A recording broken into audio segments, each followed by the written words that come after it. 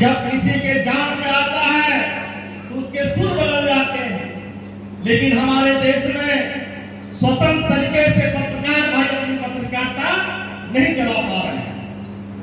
जो गरीबों और मजदूरों किसानों की आवाज है, जो उनके मुद्दे हैं, जो इस देश के नागरिकों ने बड़े सूझबूझ और उमंग के साथ इस देश की सरकार को चुनने का काम की, उनके मुद्दे भी उनको बोलने का अधिकार नहीं। ऐसी बेलगाम सरकार जो चल रही है, अगर इसका जवाब किसी के पास है तो केवल आंबेडकरवादियों के पास है, दूसरा और किसी के पास नहीं। हमें पूरा विश्वास है कि भारत के राजनीतिक व्यवस्था में बहुजन समाज पार्टी जो मिल का पत्थर गाड़ने का काम की है, अपने विवेकशील बुद्धिमान कर्मठ ईमानदार कार्यकर्ताओं के बदौलत वो शायद दूसरी राजनीतिक दल के पास वो स्तंभ नहीं है। और इस हाल में बैठे प्रत्येक नागरिक जिस लिए राजनीतिक दलों का उदय होता है, उस राजनीतिक दल के जनाधार को बढ़ाने का काम, उन राजनीतिक दल के कार्यकर्ताओं की ताकत अगर बनाई जाती है तो उसका एक कारण ये होता है कि अगले चुनाव में सत्ता पे हम इस दल को स्थापित करने का काम करेंगे। लेकिन बहुजन समाज पार्टी सरकार के लिए काम नहीं करती है। बहुजन समाज पार्टी इस देश के आम नागरिक के शिक्षा, दीक्षा, स्वास्थ्य और उसके मौलिक सुविधाओं के लिए संघर्ष करने का काम करती है। इसलिए हमारे तमाम विद्वान लोग कहते हैं बहुजन समाज पार्टी राजनीतिक दल बाद में है, पहले एक मिशन और एक आंदोलन है। इस मिशन आंदोलन को बढ़ाने के लिए बहुजन समाज पार्टी के कार्यकर्ता तैयार खड़े हुए हैं। और आज के दौर में जो चुनावी समय चल रहा है, इस चुनावी समय में अगर चंदौली के पार्लियामेंट की बात करें तो एक तरफ पांडे जी लड़ रहे हैं जो केंद्र सरकार के कैबिनेट मंत्री हैं, दूसरी तरफ सिंह जी लड़ रहे हैं जो पूर्व की स्टेट सरकार के कैबिनेट मिनिस्टर रह चुके हैं। और दो प्रत्याशियों के बीच में और एक महत्वपूर्ण एक समीकरण जाने का काम करिए। एक महेंद्र है तो दूसरे वीरेंद्र है। अगर महेंद्र वीरेंद्र है तो चक्रवर्ती सम्राट का बेटा सत्येंद्र भी आपके बीच में आके खड़े हो गए। और मैं पूरे दावे के साथ कहता हूं, जिस तरीके से बहुजन समाज पार्टी काम करती है, बहुजन समाज पार्टी अगर शुरुआत करती है तो किसी भी पार्लियामेंट में 2 लाख से शुरुआत करने का काम करती है। दूसरे दल के लोग प्रारंभ में 1 से शुरुआत करते हैं, लेकिन बहुजन समाज पार्टी 2 लाख से शुरुआत करती है।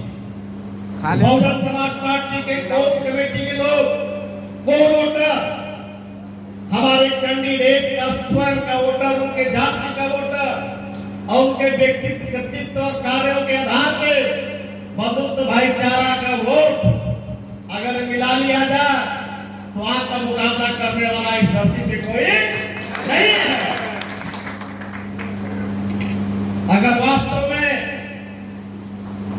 जो वर्तमान सांसद और देश के कैबिनेट में बैठा हुआ व्यक्ति चंदौली के जनता और चंदौली के हित में काम करने का काम करता तो उनका मुकाबला करने के लिए कोई दूसरा नहीं पैदा होता।